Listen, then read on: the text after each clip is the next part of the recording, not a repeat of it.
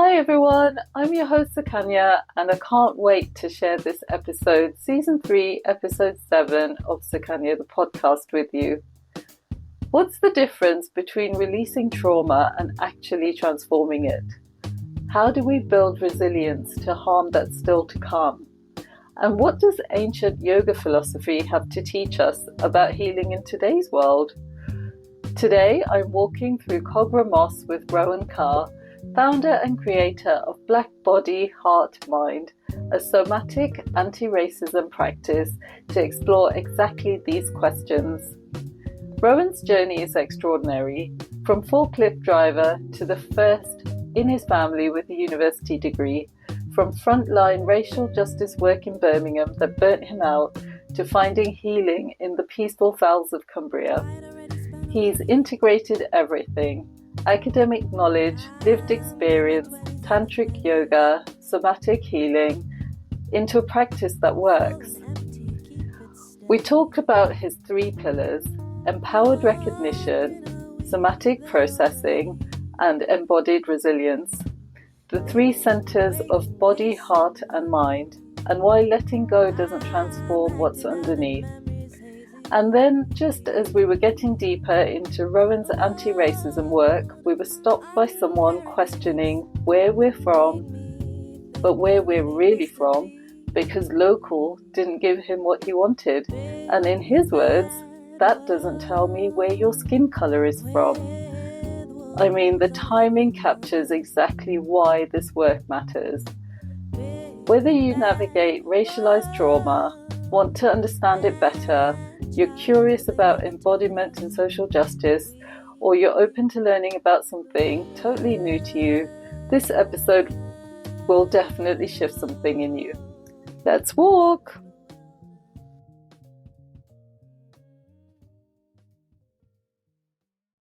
Hi Rowan!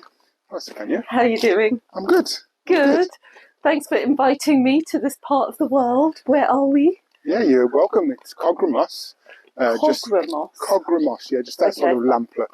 So, oh, is that how you said Lamplugh? Yeah, I think so. Anyway. I was reading the sign thinking, I'm not sure. You never know, the locals may pronounce it differently, but that's how I pronounce it. Yeah. Lamplugh, it's beautiful.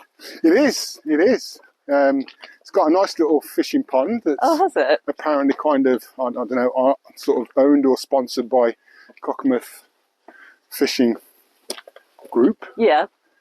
And it's got a Wainwright as well. Oh, cool. Blake Fell, okay. one of the smaller ones. Yeah. Which we can't actually see at the moment because it's the so clouds grey. Look at that. The drama. Look at this view. It's stunning. Yeah, straight over to Scotland. Oh, wow. Across the Solway coast. Yeah. Oh, I know the Solway coast from doing Hadrian's Wall. Oh, okay, yeah. That's where we started. Yeah. Oh. Wow, look at that cloud. I've actually been up on Blake Fell once and the cloud came in like that. Yeah. I thought I knew my way. Oh, no. And I thought I was coming down, but I was actually moving over onto these ones. Yeah. Because the cloud was so low. Oh, okay. I mean, it's okay because I was still able to get to where I needed to get to. Yeah, well, it is very disorientating. Yeah. I find it disorientating in sunshine, so. Yeah. But I'm not very expert at navigating. So how long have you lived in this area? Okay, so since 2013. Yeah. Where did you move from? From Birmingham. From Birmingham? Yeah, can you not tell? How was that? Going from such a busy, vibrant place, not that this isn't vibrant, but, you know, such a busy place to quite a big lifestyle change. Yeah, well, it was considered purposeful. Yeah. We originally came up to Cumbria on our honeymoon in 2002. Oh, yeah. We just kind of fell in love with the spot. And we then would just come to Cumbria every holiday that we got whilst working in Birmingham. We just decided that let's make a life up there. Yeah. So 2012, we kind of handed our notice in. Okay. I used to work at Bourneville College. Okay. And my wife used to work at the University of Birmingham. Okay. We took jobs as campsite assistants in Eskdale. Oh, did you? So if you've been to Eskdale, wow. you'll know how beautiful Eskdale is. Yeah. And we did 6 months basically cleaning toilets and cutting grass. Oh, wow. It was good. We worked 4 days and had 3 days off. Uh-huh. Kind of did that to get our foot in the door. We looked for jobs. Yeah, get to know the area. Yeah. That's a really good idea. We kind of left our daughter in Birmingham. How old was she, like 9? No, she was like old enough to have left home, and she hadn't. Okay. We joke with her now and say, like, you're obviously not going to leave home, so we are. So, so we left her with her partner in our house in Birmingham and kind of moved up to here. So we had a kind of a fallback if things didn't work out. Amazing. What was the transition to what you're doing now for work? Wow, okay. So I've been through a number of transitions first, really. Okay. So whilst I was born in Birmingham, my mother moved me out of Birmingham age 8. Okay. Like 1978 to Tamworth, Staffordshire. How old, Rowan? Yes, I know. I'm kidding. Yeah. To Tamworth, Staffordshire. Yeah. Which in the 70s was still quite a rural location. It was considered a Birmingham overspill town. There was a river, there were woodlands, more farmland. They're quite famous for what's known as the sandy-back pig in Tamworth. Yeah. Very good. I don't think I ever saw one, but... Yeah. So I kind of then grew up there from age 8 and didn't really find my way back to Birmingham to be with my dad's side of my family when I was 18. Then my young adulthood was still in Tamworth, but like, as I say, kind of travelling backwards and forwards to Birmingham at the same time. Left school, went into kind of warehouse work. Okay. And I've worked for built companies that don't exist anymore, like MFI. Right. Do you remember MFI? Yeah, I do. Yeah. Safeway. And then kind of my first daughter was born, and it was the same year, around about the same time as Stephen Lawrence was brutally murdered. Yeah. Okay. And I had this kind of like, whoa, because it wasn't just me anymore.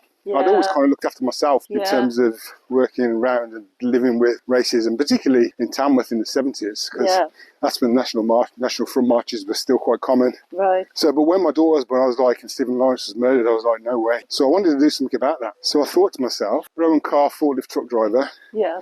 I don't think anybody's really going to listen to me. Right. In terms of what I've got to say. Yeah. So what does that mean?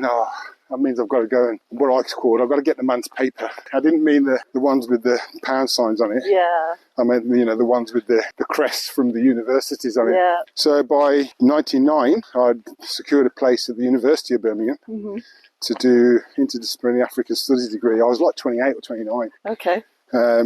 So I did that. How was that, studying at the age of 28, after you've kind of had all this freedom and you don't have to sit down to read and study? Well, I realised when I went to kind of college first to do my access course to get to you, that I didn't know how to study. Hello. Oh, morning. That I actually didn't know how to study, so I had to learn how to do that. Yeah. I had to learn how to read. Yeah. I mean, I could read, but I had to learn how to read for study and take information in and kind of learn to digest that. Yeah. The critical thinking. Yeah. So all of that kind of wasn't quite natural. A skill, isn't it? It takes some practice. Definitely. Yeah. But I was really, really driven. I was really, really determined. There was no way I was going to go to university and not complete. Yeah. So I did. I come out with the 2 1-ons. Amazing. Congratulations. It was good. I think it's really important to celebrate these things, even if they happened a while ago. Yeah. Because it's still such an achievement. Yeah. For me, it felt that way as well, because on my dad's side of my family, the only other brother or family member, I've got 2 sisters as well.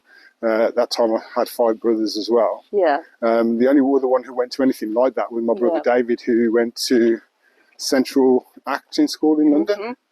And he's a successful actor now. Oh, wow. Should I was Googling him? You certainly can, David Carr.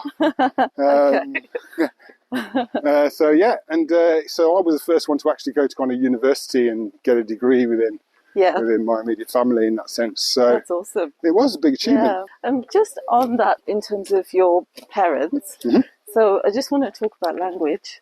Yeah. So your parents are from different cultural heritages? Yes. Yeah. Is that the right way to say it? Morning. Yeah, definitely. And is there a right way to say things? Yeah, so I always relate to myself as being black mixed heritage. I can't kick it now because you've got to stay with your people. Yeah.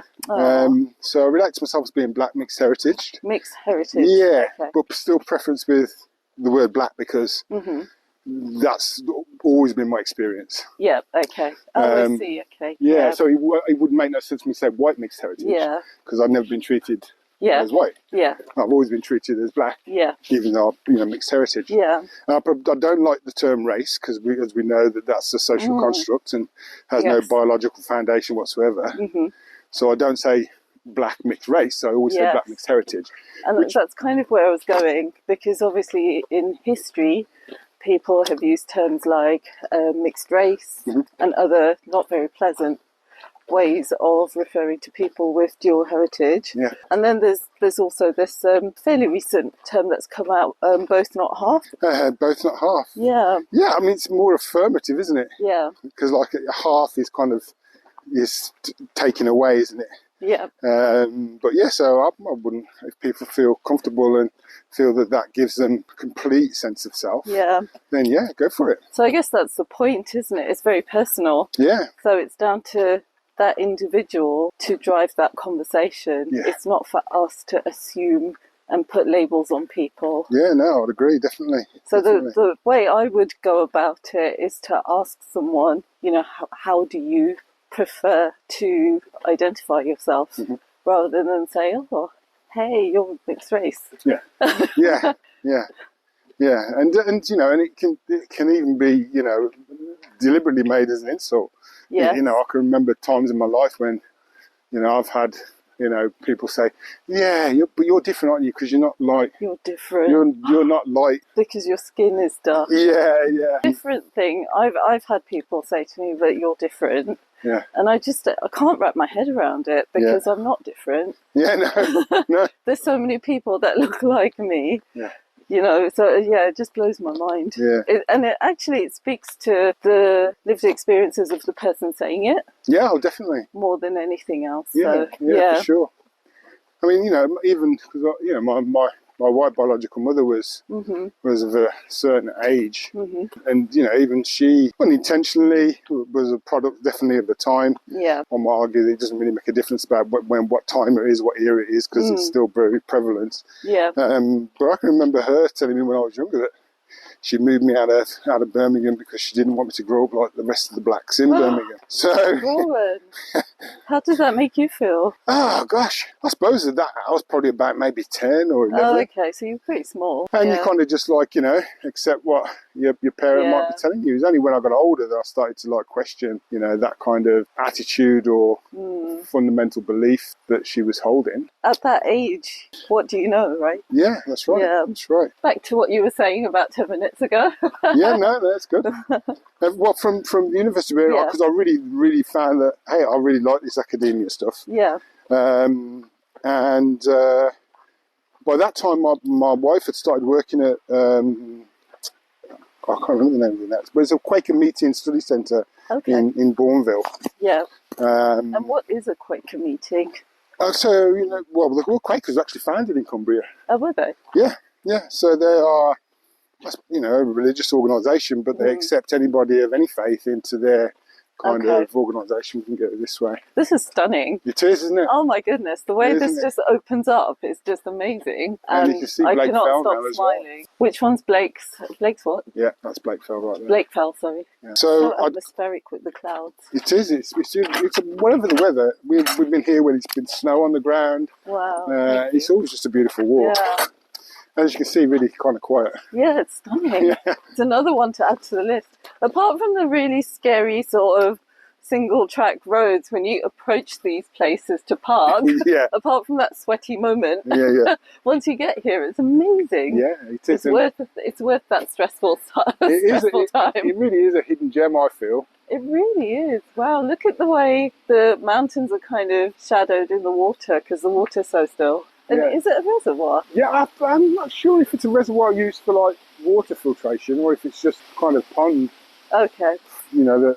We'll have to look it up. Yeah, because it's very close to Ennerdale, because Ennerdale's just a bit further on. Yeah. Which is obviously a water reservoir. So I was interacting with Quakers where my wife was working at, and I came across a very lovely lady who at the time was the chair for Joseph Rowntree's Racial Justice Committee. Okay. And I'd already started working, after finishing my degree, I kind of started working with inner city black youth, around black culture, identity, that kind of stuff. Yeah. And she knew my interest was really strong and I wanted to go on to do a master's. Okay. So I'd actually applied to Warwick University at their Centre for Research in Race and Ethnic Studies to do my master's there. Okay. And obviously I wasn't going to get funding, so I was kind of like trying to work. And Marion McNaughton, the chair of Jersey Franchi's Racial Justice Committee, had only met me a couple of times. And it just so happened her mother had recently passed away and she left some money. And she wanted her daughter to use the money for somebody's education. Oh, amazing. And she said, like, well, I've got this money and I'd like to kind of like sponsor you and give it to you for you to do your master's. What a great way to spend your your estate. Great way to give back. Yeah, with definitely. Your estate. I love that. Yeah, definitely. That's nice. So I did, and I completed my master's, and I also, Marion invited me then to have a seat on Jersey Franchi's Racial Justice Committee, and I had a seat for 2 terms, which was 6 years in total. So what does it mean to have a seat on a committee? Okay, so basically they would have a funding pot. Jersey Franchi have a number of different committees, Truth and Reconciliation, stuff around Ireland as well. Yeah. And we got to go back, this is like the early noughties. Yeah. And the Racial Justice Committee, and we would have like a pot of 4 odd million pounds. And we would receive applications from black and brown-led organisations that were working in some way to kind of ease the pressures of systemic racism. Yeah. And basically the applications would come in and the committee would come together 2 to 3 times a year. Yeah. And we'd basically decide, and I'd get to put my 2 pence worth in as to which organisation I felt would be most deserving of receiving the grants. Okay. Oh, okay. So yes, it was contributing to organisations through saying, yeah, I think they should receive the money that they're looking for. Yeah. And is that by invite to be on a committee? Yeah, it was, yeah. Cool. And again, because Marion, knew me and she kind of had that investment in me as well. And I'd done my master's and, came out with a distinction. Oh, amazing. Well done. Congratulations, rather. Well done. Sounds a bit weird. She knew that I was highly invested in kind of racial justice issues. And it helped me as well because, I learned a lot of way committees and funding organisations work. And met some really interesting people from all over the country that are doing racial justice work back in the early noughties. And are you still connected with those people? Yes. Yeah. More kind of loosely now. Yeah. I haven't seen Marion for a long time. We did see her when we moved up here. Yeah. She came and we spent a few days with her. Oh, that's nice. And also Lisa, like I said, Lisa then worked, my wife worked at the Quaker Study Centre, which is unfortunately now no longer there in Birmingham. Yeah, no, it's gone. Yeah, so many things are disappearing, aren't they? Yeah. It's such a shame. And also not being passed down through the generations for that to sustain it. Yeah. Especially certain very important practices like the stuff you're doing. It'll just be a travesty if it's not handed down to other people to learn to do, because it's so important, and we will get to that. So you've done your master's, fast forward, you've moved to Cumbria. Yep. So at what point did you guys commit to where you were going to settle? First we was in Piker, which is just up the road from where the car park is. Okay. And but then our daughter and her partner joined us. Okay. Okay. Yeah, so they came. So you tried to move out, and they moved back in. She moved back in, yeah. So they kind of joined us. So then we needed to get a bigger place. Yeah. But I say got a bigger place. They needed to get their own place, which they did. Mm-hmm. And when they got their own place, we then moved them to another place and ended up in Camerton, which is just outside of Seaton, just outside of Workington. Okay. But again, it's like, there's no piped gas, it's gas bottles. Right. Oh, wow. There's no buses, there's no... That's amazing, There's no pub, there's no shop, none of that. To move from somewhere like Birmingham. Yeah. I mean, I'm not sure I could have adjusted. Yeah, but it's because I think I'd had that as a young person, a lot of time in a ruralish area. I see. Yeah. I kind of like...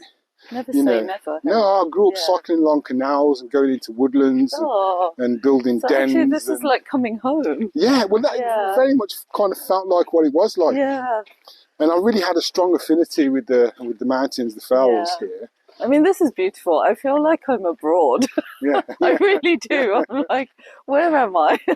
So that makes complete sense then, because I was thinking, like, I grew up in London, in East London, not far from Hackney. Yeah. I moved to Kendal, and just moving to Kendal, which is actually pretty busy, I was like, oh my God, what have I done? Yeah.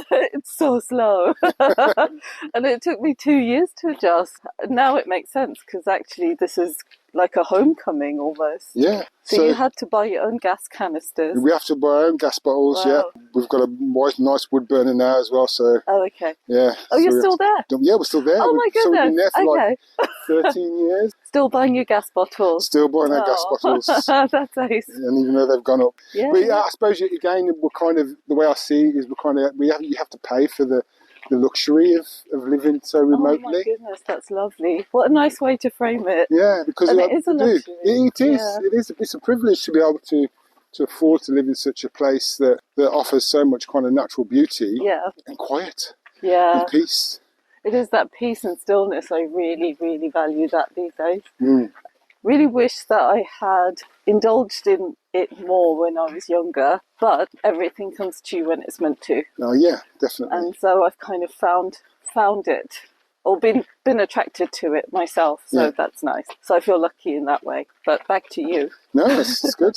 Yeah. And so I mean, my daughter and her partner, they live in Dislington, and then they got pregnant. Oh, okay. Oh. And so we have an 11-year-old grandson now. Oh, wow. But because obviously both his parents are from Birmingham, his grandparents, but he was born in Whitehaven, I tend to call him a Brumbrian. Oh, Brumbrian. And certainly when he was younger, he's kind of like his accent was, it still is developing. Yeah. But like it'd be like have a Cumbrian, Brummy, kind of Jamaican Yardi patois, because he's used to hearing that too, kind of slang to it. I think that's beautiful, and that really kind of is what the world is about to me. Yeah. I love that. And is that when you set up your yoga business? So my wife, while I was doing my degree, my wife was doing a yoga teacher training. Yeah. She kind of qualified in 2002 as I graduated. Okay. And I'd kind of joined her on her journey, as in like just becoming her student really, and practicing yoga and getting into yoga. And whilst initially, for most people, yoga is very much first about asana practice, the physical practice. And I was enjoying it for, improving my flexibility, mobility, that kind of stuff. Yeah. But I kind of really started to get more deeply intrigued by the spiritual aspects of things. Yeah. So I started to meditate. But I spent about 10 years of being a kind of consistently inconsistent meditator. Okay, 10 years, wow. Of being a consistently inconsistent meditator. So that's kind of like, using it when I was feeling like stressed or things are getting to me, and it's like, right, okay, I need to meditate again. So you do a bit of meditation, things will get okay, and then you'd be like, you drop off again. Oh, I see. But for the past 15 years, 13, 15 years, I've been a consistent meditation practitioner. And is that daily practice? That's daily, twice a day. Twice a day, wow. Yeah. And that's taking time out to do long sits, doing silent retreats. Okay. And you've got a teacher, particularly within kind of classical tantric yoga, not the neo-tantra kind of relational yoga, but like the old classical tantric yoga. What does that mean? So yoga had its phases in development in India. Okay. And the tantric phase predated the hatha yoga phase, which most people are familiar with. And the tantrikas were kind of really influential in yoga from around the 7th century up until the 1300s. Okay. Their yoga was less about doing physical postures, more about doing the inner work. So developing so many different meditation practices, energy body work, subtle body work, and deep philosophical discourse. That became my kind of like staple and what I kind of developed more and more in. And then I even moved into Kemetic yoga, which is Egyptian yoga, which even predates Indian yoga. Right. And they also have a tantric system. Right. So tantra really kind of means like bringing a lot of things together. Yeah. Confession time. Yeah. So the only time I've heard the word tantric used is in a different context. Yeah, like sex yoga kind of thing, yeah. And so now that you've explained it, it makes sense actually with the energy and that sort of stuff. Yeah. Okay. Yeah. So we refer to that as neo-tantra. Okay. Like if a lot of people, when you say yoga, or if they've done yoga teacher training, they'll go Patanjali's Yoga Sutras, which is actually a very comprehensive meditation text. Right. And says nothing really about doing postures. Yeah. And yet it's taught in every yoga teacher training globally. Yeah. But tantric yogis were considered to kind of like dealing with the powers of yoga. Yeah. So what they call siddhis, which is like accomplished masters. Yeah. Things like levitation. Dream yoga came out of tantric yoga. Dream yoga? Dream yoga, I've yeah. never heard of that. Yeah, so that's like developing a level of lucidity where you can go into a dream and you can basically do your yogic practice while you're dreaming. Right. So you can like take yourself to Arunachala mountain and meditate. Kind of like a self-hypnosis. No, in dream state, yeah. In dream state, yeah. Okay, so it's a different state to being hypnotized because that's taking you to a different place to dream state. Mm-hmm. Okay. Mm-hmm. Oh my God, there's so many layers to this. Yeah. Okay. So that was your area of fascination then? That's what attracted you most? Yes, definitely. So altered states of consciousness and how to meet them, how to refine them, how to work within them. Yeah. And how that could then kind of basically complement my life. And, you know, the goal of all yogis really, because a lot of people often forget, they talk about Buddha and they forget that the Buddha was a yogi. Hey, morning. Morning. You know, he was a yogi, he had teachers, he was travelling around trying to find the best practices to understand why human beings suffer, even when they might have their basic needs met. We still suffer emotionally and mentally. So, and that which was the aim of yoga. It was like, what's all this about? Who am I? Why am I here? Yeah. And what's the point of it all? And it's, you know, it's one of those questions that is eternal. Yeah. But if you can, the whole point is if you can realise it within your own lifetime. Yeah. And realise the for yourself. Yeah. Then your suffering ends because you're rid of what they sometimes called the poisons, so the poison of ignorance, not knowing what you truly are. Yeah. And then poisons like anger, attachment, aversion, delusion. Yeah. So, and you know, from my own experience, I would say it works. Yeah. It works. Yeah, I mean, I've been to the Buddhist temple in Ulverston a few times, and I've done a couple of their day retreats, and I find it really, really interesting, difficult, challenging. The teachings are so relatable, and you can see what they're saying, but to put it into practice takes so much discipline and consciousness and call yourself out, pull yourself back in. And that's why I mentioned delusions, because that's the chapter I'm reading at the moment. Okay. And you kind of think, oh my God, as you're reading through what they're teaching you, you're like, oh my God, it's so true. Everything's a delusion. And it's what we're telling ourselves and how we're framing it. Yeah. And actually, if we choose that differently, then, oh my goodness, how liberating is it? It is, totally. Because you stop taking yourself so seriously. Yeah. Just on a basic level, you stop taking yourself so seriously and realise the preciousness of this human life and you know, what the best ways to really experience it is through compassion and love and kindness. And it's really interesting just to relate that to where I am at the moment with the podcast. And so I've put stuff on TikTok. I mean, it's a necessary evil these days. You have to be on something. Yeah. Or do you? I mean, that's a whole other question. But I chose TikTok trying to grow my followers. But I don't want to show up like, oh, hi, guess what? Guess what I've done today? Because that goes against my energy. I am high energy, but I'd rather keep that energy for a hike than stand in front of a camera pretending I'm like this high energy person. Because some people are, and they carry it off and it looks really good and they go viral, which is great. But I was thinking about this a lot this week where I was like, well, it's not really authentic if I do it. And so it's interesting to see how this journey goes. So I'm at 100 followers and I'm okay with that because I kind of feel like someone put it in context the other week. I went to this marketing summit and the lady that was talking was like, just imagine you've got 100 people in this room clapping for you. That's amazing.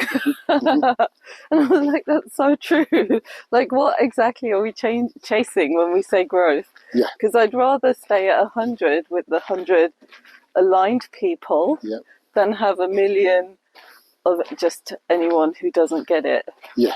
Yeah. So, it's like you say, I think staying with your own authentic expression.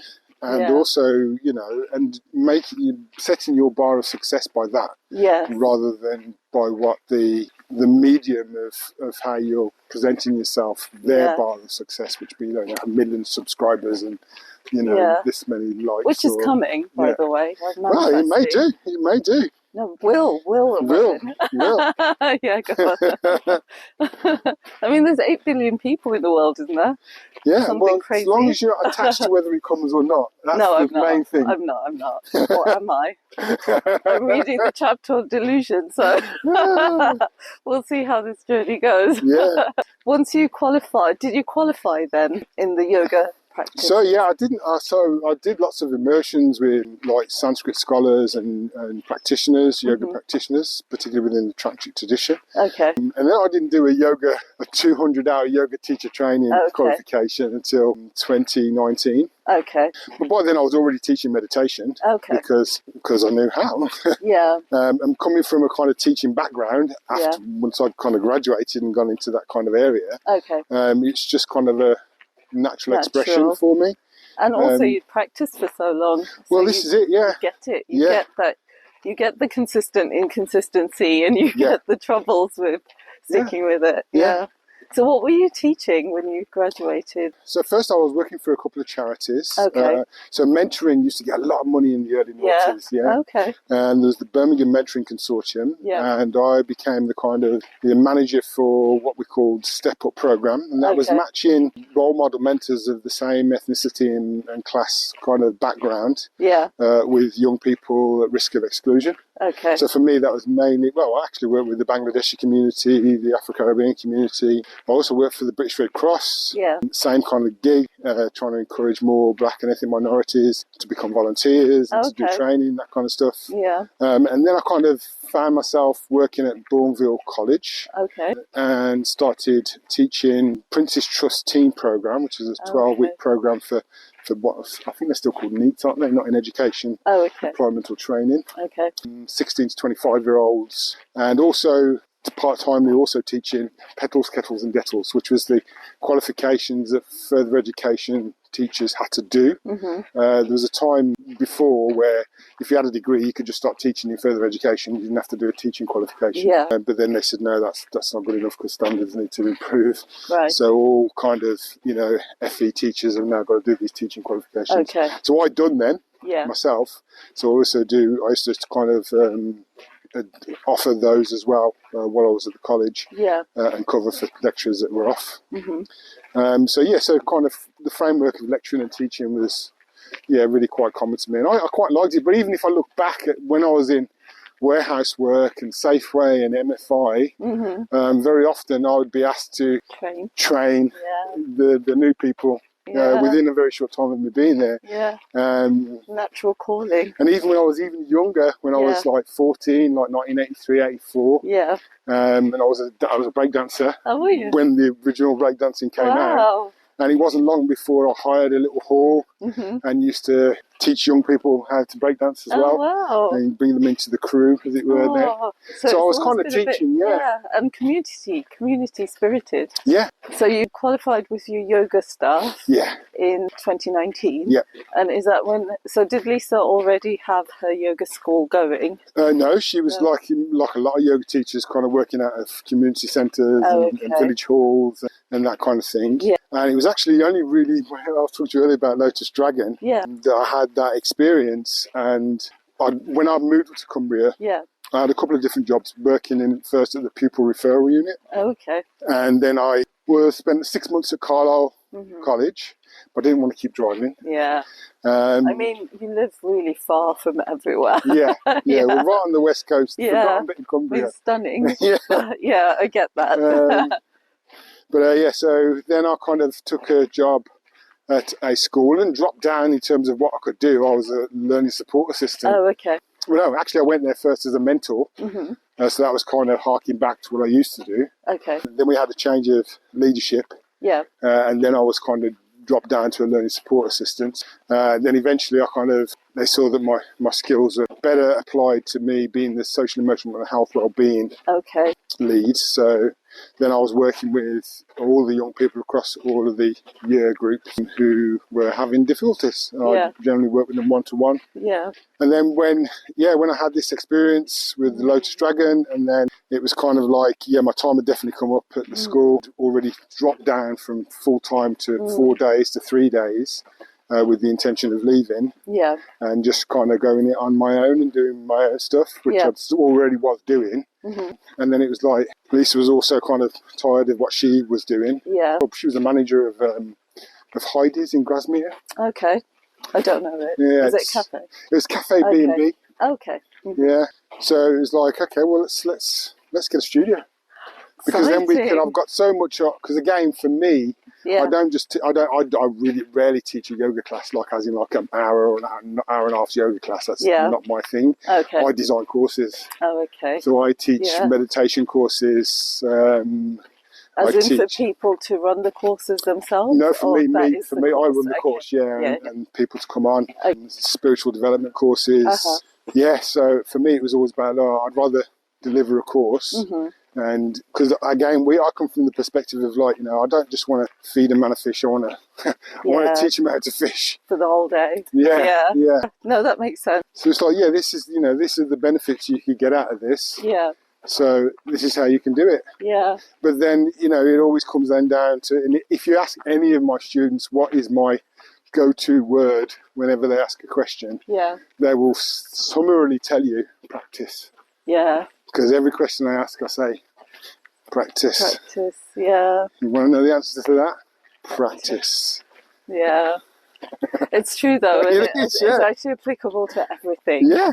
Like, I kind of wake up now, and I'm just like, the first thing I'll say is discipline and consistency. Yeah. That's like the first 2 words I say to myself. Discipline. Good. And before I go to bed, I'm like, discipline, consistency. Because I was falling into this trap of like scrolling Netflix, not watching Netflix at like 10:30 p.m. Yeah. And then 11:15, I'm still scrolling. I'm like, what am I doing with my life? Well, haven't I got time to watch? What should I should be in bed. Yeah. Like, why am I here? Yeah. So I had a stern word with myself. Good. And also I leave my phone in the kitchen. So if I'm watching something, I'm intentionally watching it. I'm not just putting it on for noise and scrolling on my phone. Good. And do you know what? I feel so much better for it. Yeah. I feel more energized. I feel less tired. Obviously, I'm going to bed better. Yeah. I'm sleeping better. Yeah. So what time do you normally get to bed now and get up? 10:30. I naturally wake up at 6:30 regardless of what time I go to sleep. Good. So no alarms then? I don't need to, but I do, because that second sleep is deadly. Yeah. What I should be doing is jumping out of bed. That bit hasn't happened yet. But I'm kind of okay with that. I'm like, that's okay. I can ease myself into my day. Yeah. And then I do try and start the day with cardio. And then in the evening, I do weight training. So I have 2 workout opportunities. Each day? Yeah. That's really good. But the way it panned out last week was 1 a day, 2 on one day, 1 a day, the rest of the week. And that's fine too. Yeah. But the main thing is movement. Yes, that's really important. Movement is life. Yes. And my future self will be really proud of me. For the discipline and consistency. Yeah, no, it's good. It is good, and it's part of I would say really a healthy whole life. Yeah. To definitely be going to bed at a time that your body needs it. Yeah. I once dropped into a meditation. I was sitting in my living room. Mm-hmm. And I was playing with the singing bowl, which I've got one in my rucksack. I was wherever I go, I carry my singing bowl. That's awesome. Let's do that. Yeah, that'd be amazing. And I was sitting there, my brother was there, because my brother moved up here as well. Oh my God. And Lisa's brother's moved up here also. You guys are the magnets. I love that. That's so great. I think you have to like show people what there is, and they will be like, oh my God, this makes sense. Because wherever you are, you've got to earn money, haven't you? Yeah, of course. You know? Yeah. So why not do it in a place where you can get outside and go, wow. Yeah, absolutely, yeah. So I was playing my bowl, and I just dropped into a spontaneous meditation. And I was told I came round after about 45 minutes. Right. Because my wife was there and my brother was there, and they just carried on doing what they was doing. Yeah. And when I came round, I was like, all the clocks have got to go. Oh my God. I went around my house removing all of the clocks. Yeah. Because, you're not binding yourself to a time. Yeah, well, and not only that, then it's like you start to do everything based on the time of the day rather than what your body wants. Yeah. So, like, is it lunchtime? Well, yeah, it's 12 o'clock now. We better eat. Yeah. Yeah? Are you actually hungry there? Yeah, well, actually, exactly. No. Yeah. You know. Listen, check in with yourself. Yeah. So that was kind of, even really, when I think about it, one of the start of my move toward a more embodied somatic stance in terms of how I live my life, by tuning in more carefully into my body. So to the uninitiated, what does embodied somatic mean? Okay, yeah. So I tend to distinguish the two, although they can be used interchangeably. Yeah.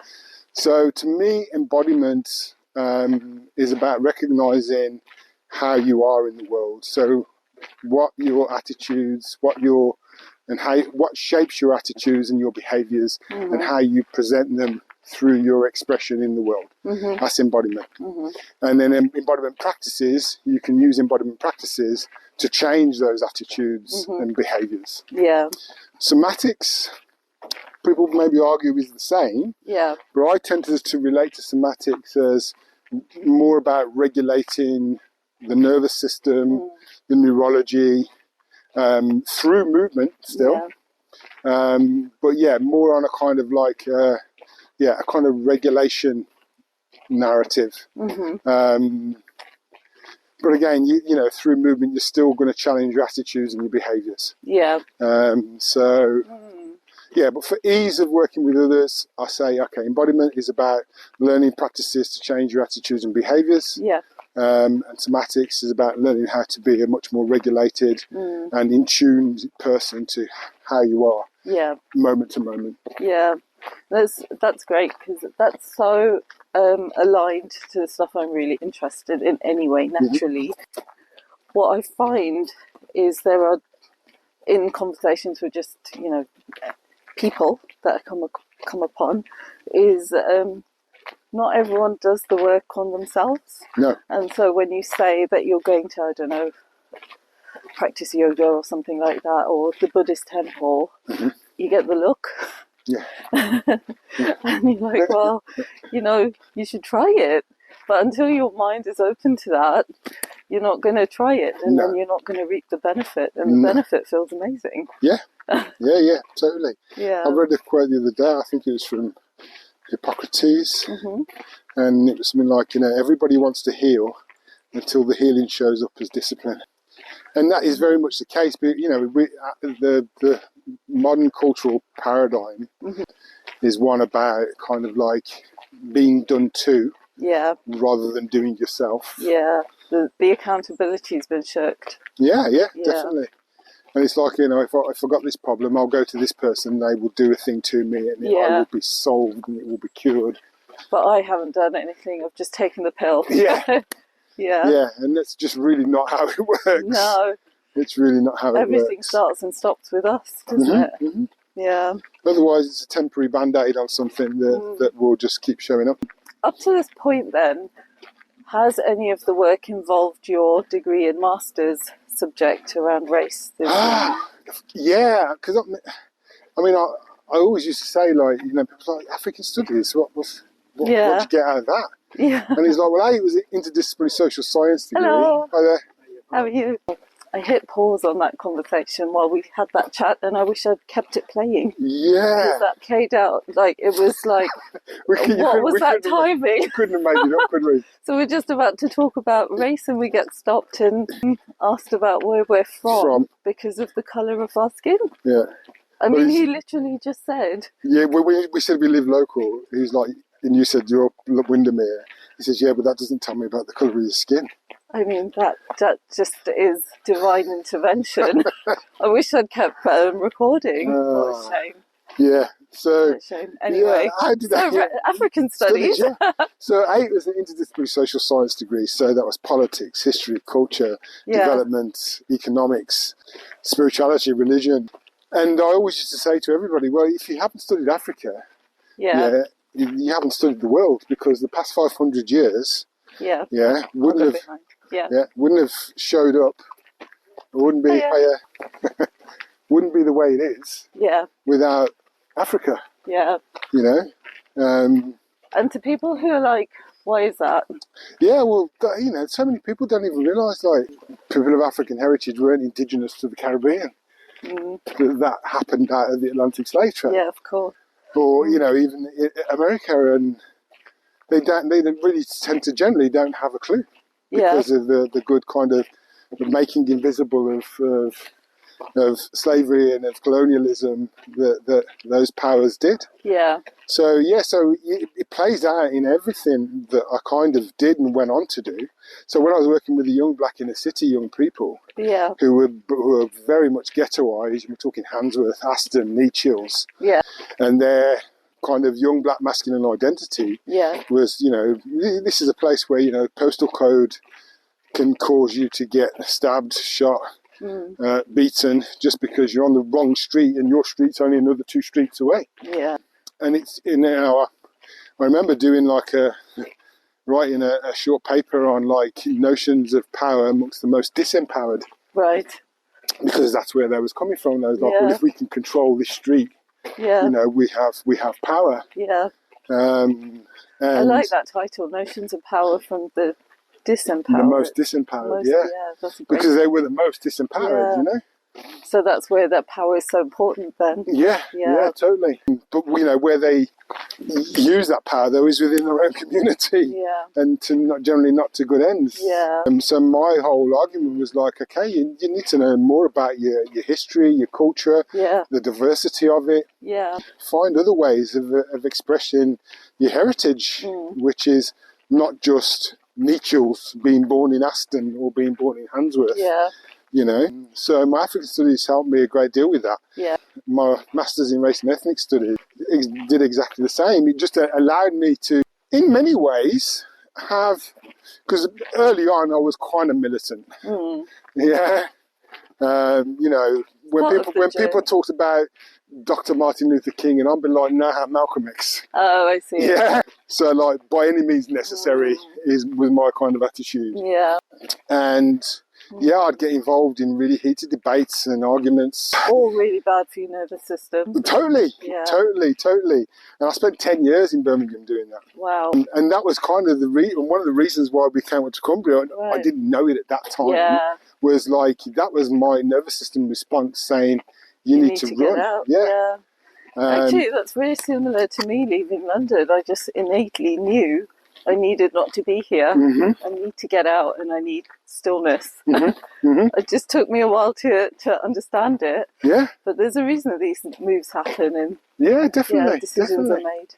And whilst I came up to here then, and I deepened more in my yoga practice. Yes. I deepened more in my meditation practice. I deepened more in my understanding. And really what I was doing was I was taking myself through a healing process. Yeah.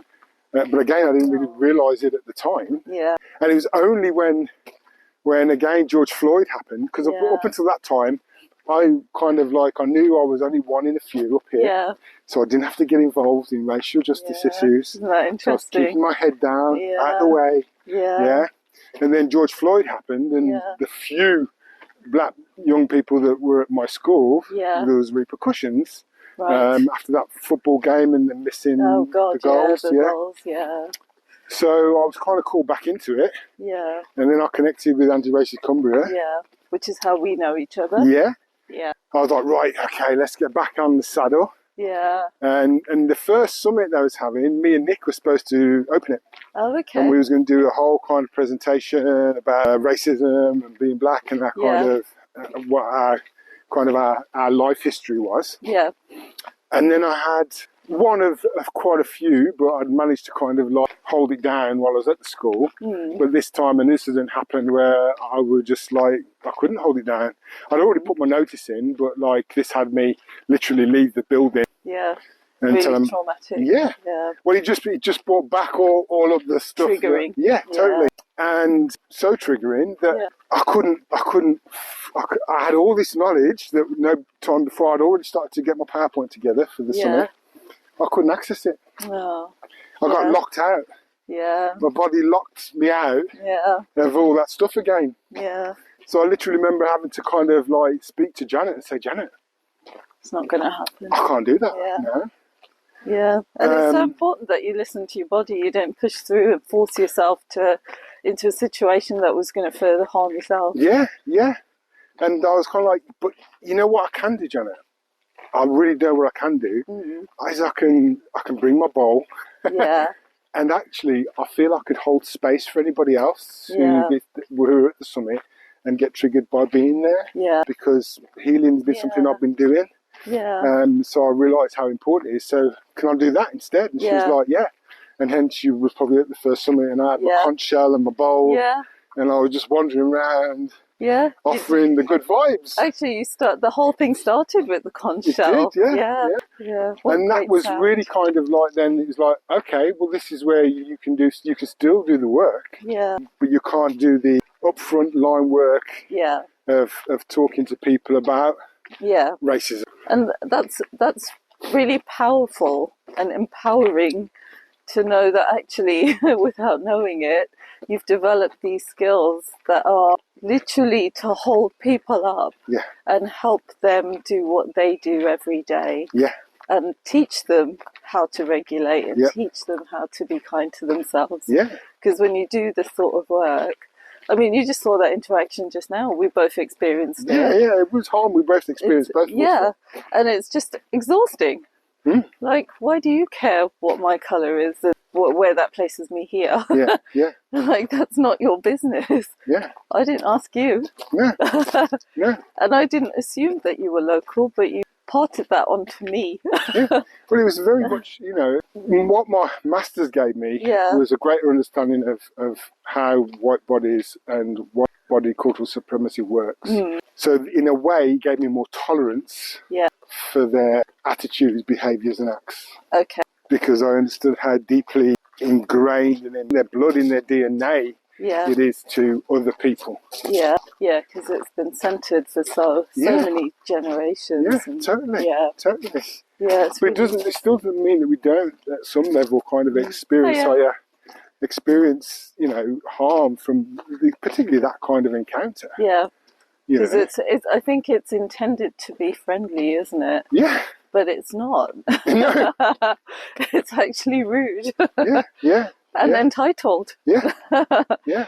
So it's really great that you have the skills to sort of share this knowledge and to educate people, black and brown bodies, and how to protect themselves.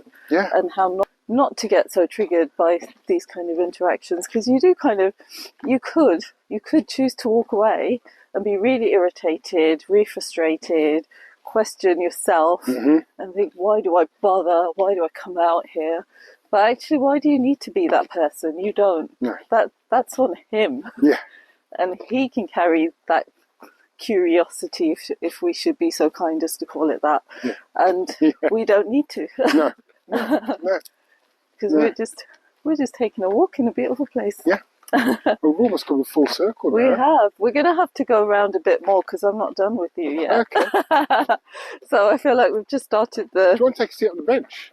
Yeah, we can do. I mean, it is a walking I can get my bowl out as well. Oh, okay. You swayed me. There we go. So what I was going to say was with the anti-racism practice, so that's an embodied somatic thing. Yeah. What do you do for people? How do you help? so it was recognising that that's what I'd been doing. Yeah. And then kind of seeing that, oh, right, okay, so I can't do the frontline kind of work. Yeah. And because obviously my 10 years prior to that in Birmingham is what kind of burnt me out. Yeah. So recognising it as that, whereas I hadn't recognised that when I moved away. Yeah. So then it was like developing a formula, if you like, through my understanding of somatics. How can I, because again, coming into my teacher head now, how am I going to develop this? So again, doing more courses. I'm a prolific educationalist, if you like. I love learning. Yeah. So doing more courses, learning with others. Yeah. People like Resma Menachem, and just people who kind of been doing the somatic work around racial justice for a little while longer. Yeah. Let's have a little bowl. Yeah.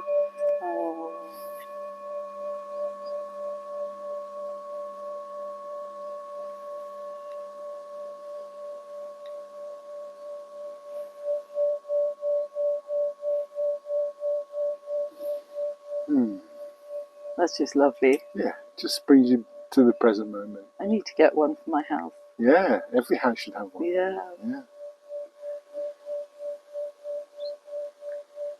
Because I've also been developing in other areas, such as working with sound and sound healing. As you know, I've gongs, 50 plus bowls. 50? Yeah, just a few. Yeah. And there's always room for more. Yeah. Yeah.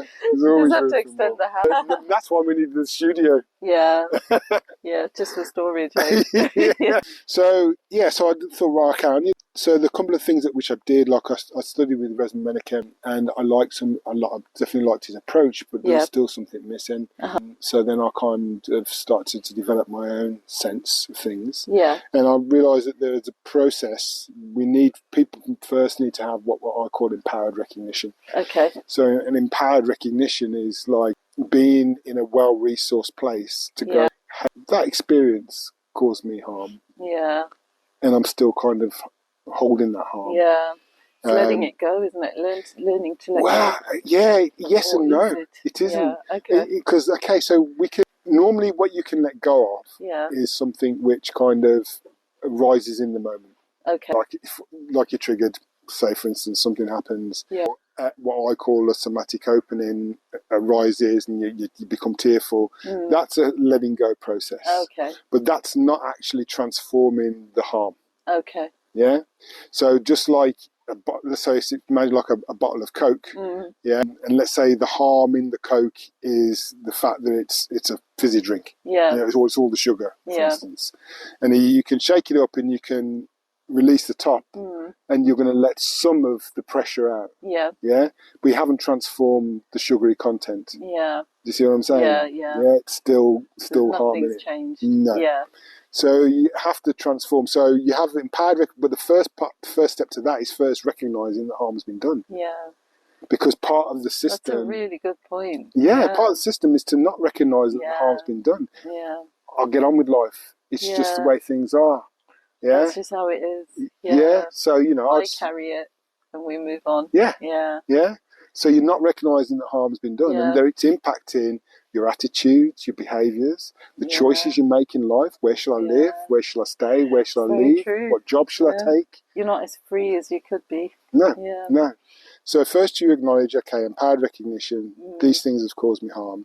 Okay, so now what can I do about it? So then coming back to somatics, so then we call, somatic processing or somatic healing, and that then is a process of like, okay, I acknowledge harm has been done. Yeah. Where is the harm in me? Yeah. And how's it showing up in my body? Yeah. Why have I always got a really sore neck? Yeah. Why do I have, a bloated belly? Yeah. And why do I always feel sick to my stomach? Why have I got low back pain? Yeah. Yeah, or whatever it might be, because it shows up as symptoms in the body in various different ways. Yeah. Okay, so can I actually tend to those somatically? What does that mean? It means, okay, so identifying the places, offering kindness and tenderness through your own body to those places, breathing into them, offering them light. So that, again, here, the kind of my yogic experience and energy body work and subtle body work starts to come into play. Yeah. So I develop practices around that. Yeah. And then the final pillar, so these are coming out as 3 pillars. The final pillar is this kind of embodied resilience. So that means simply, right, okay, what do I need to keep practicing to reduce the impact of the harm that's still going to come? Yeah. Because not in my lifetime are we going to change white body cultural supremacy. That's not going to end. Yeah. Which means at any moment, harm can walk down the path. Yeah. Holding a tin of paint. Yeah. Yeah. You know, it comes in all guises. Yeah, it's true. So you've got to have, if you know that you're doing practices, A, to reduce the harm you've already experienced, B, to build embodied resilience to the harm that is yet to come, then you can obviously always be in a position where the harm comes, but it's less harmful because you're more resilient, and you also have the somatic tools to deal with the level of harm that has come anyway. Yeah. But it all starts with this sense of empowered recognition, recognising that, hey, harm is done to us on the daily. Yeah, I love that you've kind of recognised how important it is, and actually how it pulls everything you've learned together and channeling it to support people. That's wonderful. Yeah. What about black mind, body, heart? Well, that's what I call it black body, heart, mind. Heart, mind. Black body, heart, mind. So again, what people won't mostly understand from that, and they'll just think it's nice words, isn't it, to put together. Yeah. People often say kind of journey. but it actually relates to an understanding that can be found in classical tantric yoga. It can be found in qigong, and it can be found in ancient Kemetic yoga. Okay. And that there are 3 points of singularity. So 3 points of pure conscious presence. If you ascribe to that philosophical position, that all of this is just consciousness expressing as a multiplicity. Yeah. But there are 3 points to it. So in qigong, it's known as the lower dantian, the middle dantian, and the upper dantian. Okay. In classical tantric yoga, it's known as the kunda, the shakti bindu, and the shiva bindu. In Kemetic yoga, it's known as atum, atun, amun. Okay. Yeah. Now these points of singularity. So the lowest one relates to consciousness's primordial sense of existence. Okay. It knows that it exists. Yeah. Yeah. Equally, this is your sense of knowing that you exist, that you are. Right. Yeah. That you are a being, that you exist. So any areas around kind of not feeling confident or not feeling a sense of belonging, kind of in your gut, your abdomen.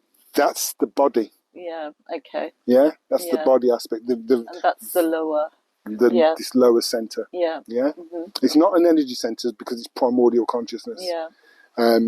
A point of singularity. Yeah. The heart one is your creative impulse. Yeah. And your energetic expression. Yeah. Yeah, which includes passion and love and that kind of stuff. So that body, heart. Yeah. And then this one is your wisdom. So again, consciousness knows that it exists out of its will and desire to express itself, manifests all of this. Oh, okay. Yeah. Like everything we're seeing. Yeah. And it has its own wisdom. It is its own knowledge. Yeah. Its own wisdom, its insight. Yeah. So when I talk about the black body, heart, mind, I'm talking about these 3 centers. Right. And very often I will do practices depending on maybe where the harm has been caused. So, maybe you feel like you can't express yourself creatively because of racialization and racism. Yeah. Maybe you feel like you don't have a sense of belonging, you don't really fit in anywhere. Yeah. Maybe you have doubt about your own intellectual capacities and wisdom and insight about your lived experience. So I will use these 3 centers within my somatic practices to bring about a deepening. And I don't have to explain all this to people. It's just like, just focus on your lower belly, just focus on the center of your chest, just focus on the center of your head. Yeah. I know what I'm working towards and why. And people aren't there to learn the theory, they're there to get the benefits and the results. Yeah. And I know that it works because this is how I've worked with myself and with others outside of an anti-racism context with just other bodies, but coming with similar kind of issues. Not having low confidence, low self-esteem, not feeling like that they can express themselves creatively and not in tune with their own intuition. So, and words are so important as well, aren't they? Like finding the right word over time through this practice to, use words that are not harmful to yourself, to not take responsibility for something that's done to you. Because I think a lot of this work is what I've kind of really focused on is that this is done to me. I'm not responsible. And the words I use with myself is very different because I'm not accepting that responsibility where media and other sources are trying to make it my responsibility to stop this happening to me. And it makes no sense. No, we can't. No. That's the thing. We really can't stop it from happening. All we can do is acknowledge that it's happened and then work to limit the harm that it's caused. And try and educate people when you talk to them, because it's just such a clever PR campaign. Like, you know, corporations will have a EDI department and assume that, oh, that's going to be really good for someone like you. Like, but why? Because having an EDI department doesn't benefit me if you're not going to teach the people who are causing me harm. I mean, I came out of EDI work, and it's only later when working with Resma Menachem, and he said, well, just think about equality and diversity and inclusion. Equal to whom? Deviant from what? What are we centering? And what are you meant to be included into? It's true. The words are so important. So EDI doesn't really work because it's centering white body cultural supremacy, and we're going to do our very best to give you some equal positioning in our structure. Because you are divergent from the norm. The norm that has been put on us. And a deviant, because, you know, diversity comes from the same root word to deviant. You're a deviant from the standard. But we're going to find a way of including you into our standard. When you break it down and when you think about it, it just changes. And this is why the words are so important. And that's why I'm so much more conscious of how I respond to things. I don't laugh at jokes. You know, certain things that are said in jest are just not funny. Actually, I'm not going to laugh at that because you're upholding a racial stereotype that is harmful. So no, that's not funny. And I think we have to be alert, and that is exhausting. It is, because our norm is always different. Then, well, not different. Our norm is not liberated as it could be. And it's like, you know, like we say, what just happened there. We couldn't wrote it, could we? No, we couldn't have it couldn't have been scripted. No, I should have kept recording. No, look at how many people have we seen on the walk? Like literally 5. Yeah, I know. But we have to see 5. one. That's gonna go. Yeah, but where are you really from? I mean, the way it played out was I just couldn't believe it. I was like, that's why I thought, right, very nice to meet you. See ya. We're not going to talk anymore because what's the point? And then to list all the places he's been. I mean, I mean, what are the chances you bump into someone who's going to question your skin colour and then tell you he's been to your place of heritage many times that he's memorized the map. So I'm just going to stand here and tell you place names. Okay, congratulations. I mean, what do you say to that? I've been to Sri Lanka like maximum twice as an adult. Don't know what to say. Just nod.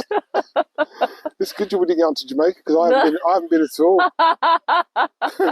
Maybe that's what we should do. We should do an anti-racist Cumbria on tour. Go to Jamaica.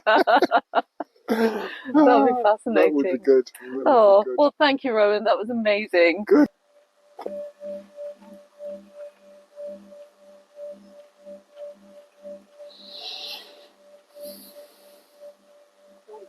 I don't know about you, but I'm not sure where to begin processing that conversation.